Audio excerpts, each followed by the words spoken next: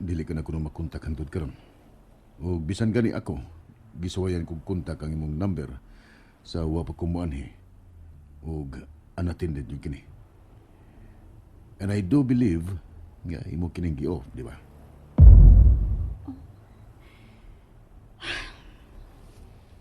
Ako kining gi-off. Kay nagmahay ko nga mi-attempt kong tawag ni Francine. Kay nahinumdum ko sa imong giingon nga dili siya gustong mag-uol. Labi na akong masayod siya kung may problema mi dinhi. Nga siguro yung makaapekto ni sa iyang trabaho. Ug dili kay ka na lang. Bisan niya mismo. Kay nga naman di ay.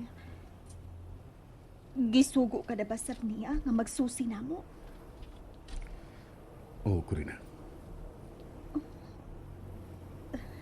Sa paminaw nimo, angay ka siyang sayran ini karong kahintang ni Miles?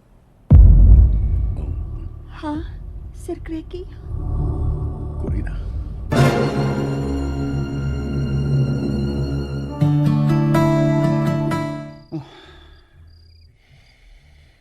Pasado alas 10 na sa kape. Pero ang tagron,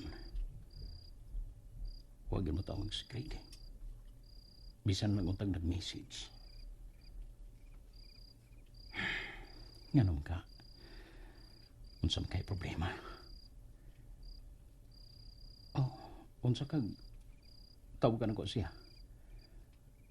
Maayo ka. Pero ako na ba'y nangayo og pabor? Tingalig, malain siya. Hinoon, dili ingon ni anak si Grady. Pero ako lang sab tingali ang angayan nga muna-una. Bitaw, magpaabot na lang tingali ko siyang tawag o message. Ah, may nag-message. Tingalig gigikan kini ni Grady.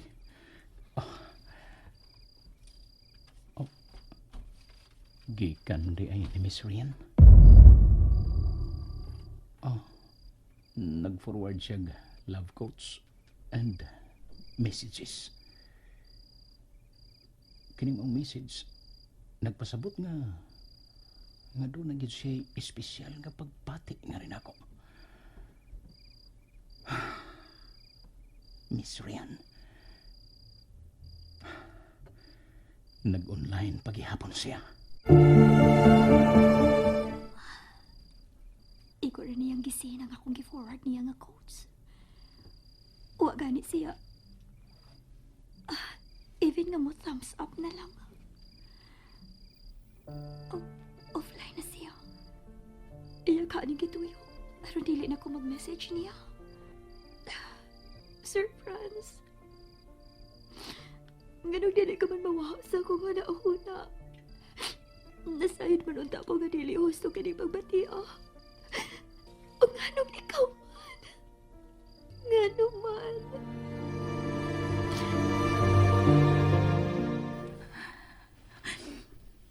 Ako na mo pasabot ni Miles. Ug ni Dodot. Kung ganong bihukom ko nga dili na ipaabot ni Francine kinig pagka-ospital sa among anak. Corina. May mo bang dili ka mo hilak? Sorry. Gidaog lang ko sa akong gipati. Labi na nga naghunahon ako sa kahimtang sa among anak. Ni Miles. Karon nga nagkasulti mi mismo nga Corina. Ug tuod kay siya. Mas klaro na nako kung unsa siya kagwapa. Binayaw siya. Excuse me, Sir Greggy. Mubalik na ko sa ward ni Miles. Kadit lang, Corina. Kikunitan niya ang akong apaka. Mga ikog sorry nga wa magpahibaw nimo nga gipabalhin ako og private room si Miles. Unsa? Pero Sir Greggy, Utang bot, anak kog supaka. Please. Bisan kini lang, Corina. Bisan kini lang. Sir Greggy. Ug please, kadaghan ako magsigi og hangyo nimo. Nga di mo na ko tawgon og siya. Kalipay na ko matawgon ko nimo sa kungan. Grigi, Excuse me. bituto ko na siya na ako sa mga diyot. Una pa sa muling iyo, ubibiya. Uking usan.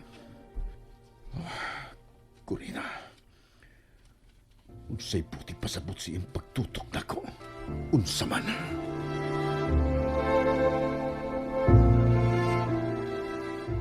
Dugay lagi itong nagsulti si mama ko rin la o si Kuan, Tito Grigi. Ang siya di lang istoryahan. Uy, Dudot. Ang siya di ay. Ay, pagsulti ni Bisan kinsan ako. Unsay may imong nakita ron ha?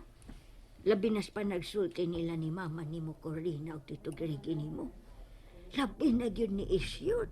Nga inyong silingan og suod sam ni Papa ni mo Pranseng. Ha?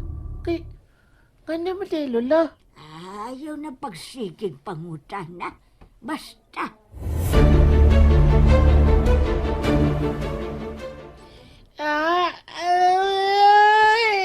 Dukaan ng Diyodoy.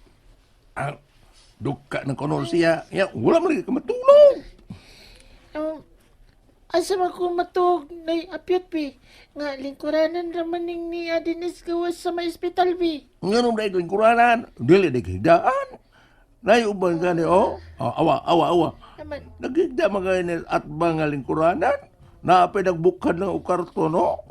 Kanya, tulog. Ingon mo ginadinis sa ospital doon. Pero kung ganahan kagbugnaw o kamugawa ang imong paghigda o pagkatulog, at tulog katulog dito bagong kwarto nga nahimutang nga ni Miles kay aircon mo dito. buta na gyud ni Tito Grigi na apyot sa. Pinangga kay niya si Miles sa. Ang lang. Na, may rason. Rason? Wala, di ka kahibalo. Ha? Ala, patay. Nalikas mo kung ba. Kay unsa may rason na apyot? Unsa noy? Gusto ko may bao. And that's it, everyone. Thank you for listening for today's episode. And don't forget to subscribe and hit the notification bell. Kita-kits sa sunod na episode. Bye-bye!